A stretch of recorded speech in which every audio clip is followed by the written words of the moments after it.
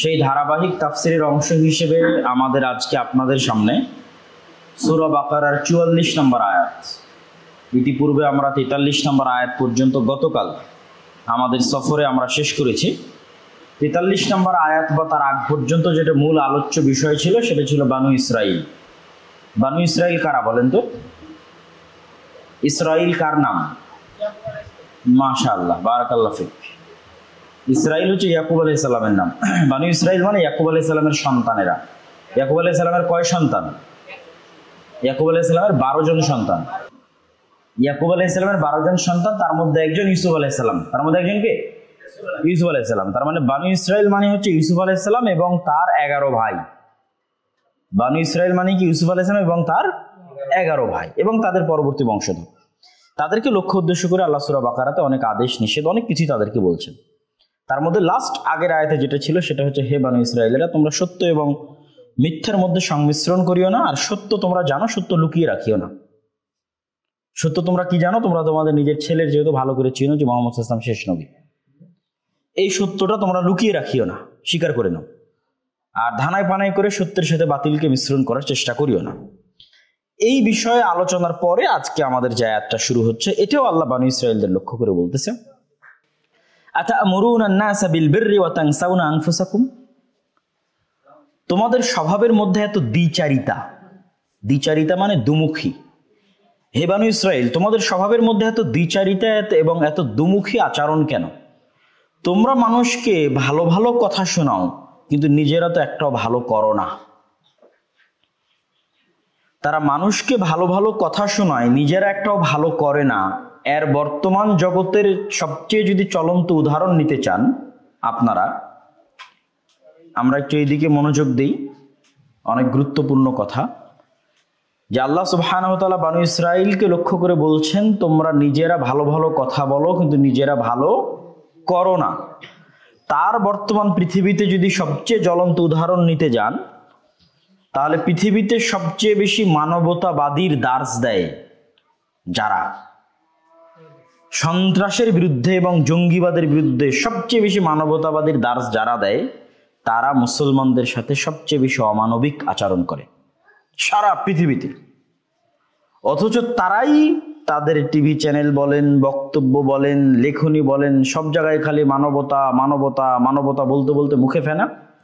আর আমরা মুসলমানেরা এমনভাবে আমাদেরকে তৈরি করা হয়েছে যেন আমরা হচ্ছে জালেম, আমরা জঙ্গি, আমরা হচ্ছে সন্ত্রাসী। তাহলে তারা মুখে যেটা বলে সেটা তারা বাস্তবে করে না। ওই যুগেও করতো না, আজকেও করছে না। আজকেও তারা তাদের মুখে মিষ্টি দার্স, কিন্তু বাস্তবে যখন তারা কাজ করে তখন সরাসরি তার বিপরীত করে। আতা'মুরুনা আন-নাসা বিল বিররি ওয়া তানসাউনা আনফুসাকুম। নিজেরা তো ঠিকই বলার বেলা খুব সুন্দর করে মানুষকে শোনাও, কিন্তু কাজের বেলায় তো তার বিপরীত করো। ওয়া আনতুম তাতলুনাল কিতাব, তোমাদের কাছেও তো আল্লাহর কিতাব আছে, সেটাও তোমরা পড়ো, তোমরা সবকিছু জানো। আফালা তাআকিলুন, তোমরা কি বুঝো না? আচ্ছা, এখানে আমরা তাদের এই স্বভাব এবং এই চরিত্রের কথা জানলাম যে তারা আদিকাল থেকে এরকম দ্বিচারী এবং দ্বিমুখী স্বভাবের অধিকারী। এবং আমি যদি আপনাদেরকে আজকে এখানে আরেকটা কথা যুক্ত করে দিই, সেটা হচ্ছে বিশ্বের যারা বর্তমান পরাশক্তি, তারা ফিলিস্তিনের মধ্যে একটি রাষ্ট্র প্রতিষ্ঠা হবে এবং সেই রাষ্ট্র প্রতিষ্ঠার পক্ষে তারা দাঁড়াবে, এইটা তারা ইচ্ছা করে মুসলমানদের বিরুদ্ধে ষড়যন্ত্র করে যতটা না করে, তার চেয়ে বেশি করে যাদের কথা আল্লাহ কোরআনে বলছে, তাদের চমৎকার অভিনয়, তারা এমন ভাবে তাদের দুঃখ কষ্ট পৃথিবীবাসীর কাছে পেশ করে যেন তারাই মাজলুম। কি বলবে? হলোকাস্ট, হিটলার তাদেরকে হত্যা করেছিল অনেক সংখ্যক। সেটাকে তারা এমন ভাবে সাহিত্যের মধ্যে, সংবাদ মাধ্যমের মধ্যে গোটা পৃথিবীর কাছে পেশ করে যে সমগ্র পৃথিবীতে তারাই সবচেয়ে মাজলুম, তারাই সবচেয়ে কি মাজলুম। তো এখন পরাশক্তি আমেরিকা তাদেরকে সাপোর্ট করতেছে, আমেরিকার নিজের ষড়যন্ত্রের কারণে যতটা না, তার চেয়ে বেশি এই কারণে যে আমেরিকা সত্যি মনে করে যারা মাজলুম এদেরকে সহযোগিতা করা দরকার। আর এই ক্রেডিটটা তাদের, যে তারা পৃথিবীর মানুষকে বুঝাতে পেরেছে যে তারা মাজলুম, মিডিয়া ব্যবহার করে, তাদের সকল অভিনয় ব্যবহার করে, আর পৃথিবীর মানুষকে এটা বুঝাতে পেরেছে যে আমরা হচ্ছে সন্ত্রাসী এবং আমরা জঙ্গি। তো এইরকম কৌশল, এইরকম দ্বিমুখী এবং দ্বিচারী আচরণের অধিকারী হচ্ছে তারা, যেটা আল্লাহ সুবহানাহু ওয়া তাআলা কোরআনে বলেছে 1400 বছর আগে, এবং আজও একই অবস্থার উপর তারা অটল আছে। এখান থেকে, আয়াত থেকে এবার আমাদের সাথে সংশ্লিষ্ট যেটা শিক্ষা, সেটা হচ্ছে আমরাও কি এরকম করি কেউ কেউ, যে মুখে যা বলি বাস্তবে তা করি না? সেটার বিষয়ে রাসূলুল্লাহ সাল্লাল্লাহু আলাইহি ওয়াসাল্লাম হাদিসে সতর্ক করেছেন, বহু হাদিসে।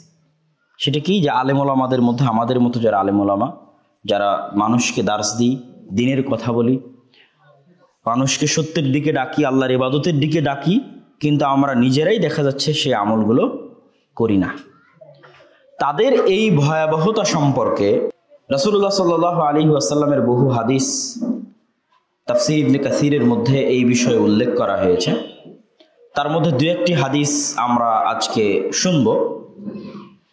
রাসূলুল্লাহ সাল্লাল্লাহু আলাইহি ওয়াসাল্লাম বলছেন, মারারতু লাইলাতান উসরিয়া বি আলা কওমিন তুকরাদু শিফাহুহুম বিবাকারিদ মিন নার কুলতু মান হাউলাই। মেরাজের রাত্রিতে আমি একদল মানুষের পাশ দিয়ে অতিক্রম করছিলাম, লোহার আগুনের শিকল দিয়ে, লোহার আগুনের কেঁচি দিয়ে তাদের দুই মুখের পার্শ্বদেশকে চিরা হচ্ছিল। আমি জিব্রাইলকে জিজ্ঞেস করলাম, মান হাউলাই, এরা কারা? তখন জিব্রাইল উত্তরে বলল, হাউলাই খুতাবা উম্মতিক, এরা আপনার উম্মতের বক্তা, মানে আমার মতো বক্তা, এবং আমার মতো আর যারা এদেশে দাওয়াতি কাজ করে তাদের কথা। এরা আপনার উম্মতের বক্তা, মিন আহলি দুনিয়া মিম্মান কানু ইয়ামুরুনা আন-নাস বিল বির, এরা মানুষের সামনে বক্তব্য দেওয়ার সময় খুব ভালো ভালো বক্তব্য দিত। আর ওহুম ইয়াতলুনাল কিতাব, কিতাবের জ্ঞানও তাদের কাছে ছিল। ওয়া ইয়ানসাউনা আনফুসাহুম, কিন্তু নিজেরা আমলের বেলায় সবচেয়ে পিছিয়ে ছিল। আফালা ইয়াকিলুন, তারা কি বুঝে না? এবং আমি নিজের মধ্যে তো অবশ্যই অসংখ্য ত্রুটি আছে, কিন্তু তারপরেও যখন আমি আলেম ওলামাদের সাথে উঠা বসা করি, চলাফেরা করি, তখন মার্ক করার চেষ্টা করি। যেমন একটা ছোট্ট উদাহরণ যদি আপনাকে দিই, যে ধরেন খাবার শেষে প্লেট কেটে খাওয়া এবং কোনো খাবার নষ্ট না করা। কিন্তু আমি আমার আব্বুকে দেখেছি, এমন কোনো দিন আমার চোখে এখন পর্যন্ত পড়েনি, খাবার ভালো হোক অথবা মন্দ হোক, পৃথিবীর যে কোনো প্রান্তে হোক, যে কোনো বাড়িতে হোক, উনি কোনোদিন কোনো খাবার নষ্ট করেন না, বরং প্লেট চেটে সকল খাবার শেষ করে ওঠেন। তথা এটা সুন্নাতের ওপর একটা আমল, যেটা তিনি মানুষকে বলতেছেন, তিনি নিজেও করতেছেন। কিন্তু আমরা যখন আলেম ওলামাদের সাথে চলাফেরা করি, তখন আমরা দেখতে পাই যে এরকম বহু আমল আছে, যে আমলগুলো তারা বলছেন কিন্তু তাদের মধ্যে নাই। তার মধ্যে হয়তো আমিও একজন। আমি আল্লাহ সুবহানাহু ওয়া তাআলার কাছে পরিত্রাণ চাই এবং আল্লাহ সুবহানাহু ওয়া তাআলার নিকটে দোয়া করি যে আল্লাহ সুবহানাহু ওয়া তাআলা যেন আমাদেরকে আমাদের কথা অনুযায়ী আমল করার তৌফিক দান করে। আল্লাহুম্মা আমিন। আরেক হাদিসে রাসূলুল্লাহ সাল্লাল্লাহু আলাইহি ওয়াসাল্লাম বলছেন, ইউজাউ বির-রাজুলি ইয়াওমাল কিয়ামা ফায়ুলকি ফিন-নার ফাতানদালিকু বিহি আফতাবুহু ফায়াদুরু বিহা ফিন-নার কামা ইয়াদুরুল হিমারু বিরাহাহু। জাহান্নামে একজন ব্যক্তিকে নিক্ষেপ করা হবে, সে তার ভুঁড়ির চারপাশে ঘুরতে থাকবে, যেমন ভাবে চাকতি, চাকা বা আমরা যে জাতা পিষি সেটা যেভাবে ঘুরতে থাকে। ফাইতুফু বিহি আহলুন নার, তো তার চারপাশে জাহান্নামের লোকজন জমা হবে। তার চারপাশে কারা জমা হবে? জাহান্নামের লোকজন জমা হবে। লোকজন জমা হয়ে বলবে, ইয়া ফুলান মা আসাবাক আলাম তাকুন তা'মুরুনা বিল মা'রুফ ওয়া তানহানা আনিল মুনকার। কি ব্যাপার, তুমি কেন জাহান্নামে? তুমি তো সেই যে আমাদের মাঝে এসে বক্তব্য দিতে, আমাদের মাঝে এসে দার্স দিতে, আমাদেরকে ভালো কাজের কথা বলতে এবং খারাপ কাজ থেকে নিষেধ করতে। তুমি কেন জাহান্নামে? মা আসাবাক, তোমার কি ঘটনা, তোমার কি ব্যাপার? ফায়াকুলু কুনতু আমুরুকুম বিল মা'রুফ ওয়া লা আতিহি ওয়া আনহাকুম আনিল মুনকার ওয়া আতিহি। আমি তোমাদেরকে সৎ কাজের আদেশ দিতাম, নিজে করতাম না, অসৎ কাজের নিষেধ করতাম, কিন্তু নিজে সেই কাজ করতাম। নাউযুবিল্লাহি মিন যালিক। এটাই হচ্ছে ওই যে বানু ইসরাইলদের স্বভাব, যাদেরকে আল্লাহ বললেন তোমরা যেটা বলো সেটা করো না কেন। সেটার ব্যাখ্যায় এই উম্মতেরও মধ্যে এরকম ঘটতে পারে, তার ব্যাখ্যায় আমরা রাসূলুল্লাহ সাল্লাল্লাহু আলাইহি ওয়াসাল্লামের হাদিস পেশ করতেছি। রাসূলুল্লাহ সাল্লাল্লাহু আলাইহি ওয়াসাল্লাম আরেক হাদিসে বলছেন, মাসালুল আলিম আল্লাযী ইউআল্লিমুন নাস আল খায়র ওয়া লা ইয়ালামু বিহি কামাসালিস সিরাজ ইউযিউ লিন-নাস ওয়া ইউহরিকু নাফসাহু। একজন আলেম যখন মানুষকে সৎ কাজের আদেশ দেয় এবং অসৎ কাজ থেকে বাধা প্রদান করে, কিন্তু তারা নিজেরা সেই কাজ করে না, তখন তাদের অবস্থা ওই বাতির মতো যে অন্যকে আলো দেয় কিন্তু নিজেকে জ্বালিয়ে পুড়িয়ে ছারখার করে দেয়।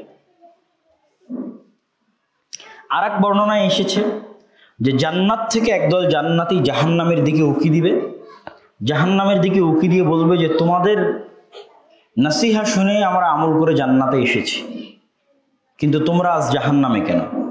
এই হাদিসের সানাদে ত্রুটি থাকতে পারে, এই হাদিসের সানাদ সম্পর্কে দেখা প্রয়োজন, তবে তাফসীর ইবনে কাসিরে তিনি উল্লেখ করেছেন। আর আল্লাহ সুবহানাহু ওয়া তাআলা পবিত্র কোরআন মাজিদের আরো বহু আয়াতে এই একই বিষয়ে শুধু বানু ইসরাইল নয়, মুসলিম উম্মাহকেও সতর্ক করেছেন। সেই আয়াতগুলো আমরা পড়ি। লিমা তাকুলুনা মা লা তাফআলুন, তোমরা ওই কথা বলতে যাও কেন যে কাজ তোমরা করো না। কাবুরা মাকতান আনিল্লাহ আন তাকুলু মা লা তাফআলুন, এটা অনেক বড় অপরাধ এবং অনেক বড় অন্যায় যে তোমরা এমন কাজের কথা মানুষকে বলবে যে কাজ তোমরা করো না। আর এক আয়াতে আল্লাহ সুবহানাহু ওয়া তাআলা শুআয়ব আলাইহিস সালাতু ওয়াস সালামের পক্ষ থেকে বলছেন, ওয়া মা উরিদু আন উখালিফাকুম ইলা মা আনহাকুম আন ইন উরিদু ইল্লাল ইসলাহ। হে আমার কওম, আমি তোমাদেরকে যে কাজে নিষেধ করি সে কাজ আমি নিজে করতে চাই না, আমি তোমাদের ইসলাহ এবং সংশোধন চাই, তথা আমি যেটা বলি সেটার উপর আমল করতে চাই। ইয়া আইয়ুহাল্লাযীনা আমানু লিমা তাকুলুনা মা লা তাফআলুন, ও হে ইমানদারগণ, তোমরা ওই কথা বলো কেন যে কথার উপর তোমরা আমল করো না। এই ছিল মোটামুটি এই আয়াতের তাফসীর। যে আয়াত আল্লাহ সুবহানাহু ওয়া তাআলা বানু ইসরাইলকে লক্ষ্য করে বলেছেন যে তারা মুখে যেটা বলে সেটা তার বাস্তবে তার করে না, বরং বিপরীত করে। এবং উম্মতে মুহাম্মাদের মধ্যেও এরকম মানুষ আসতে পারে, থাকতে পারে, যাদের মধ্যে এই খারাপ গুণটা আছে। সুতরাং আল্লাহ সুবহানাহু ওয়া তাআলার কাছে আমরা দোয়া করি তিনি যেন আমাদের তৌফিক দেন, আমরা যেন মানুষকে যে কথা বলি, যে আদেশ, যে দাওয়াত দিই তার উপর আমল করতে পারি। আল্লাহুম্মা আমিন। আল্লাহ আমাদের সুযোগ দিন।